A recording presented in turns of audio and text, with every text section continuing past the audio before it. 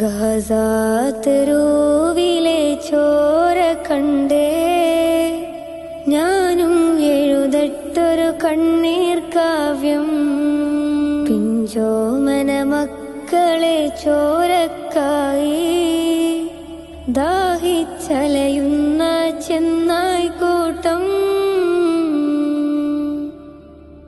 ഗസാതെരുവിലെ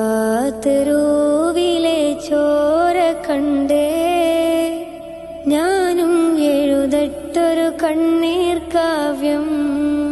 പിഞ്ചോമന മക്കളെ ചോരക്കായി ദാഹിച്ചലയുന്ന ചെന്നായ്ക്കൂട്ടം. മരിച്ചത് ഞാനല്ല, നീയാണ് മുസ്ലിമേ.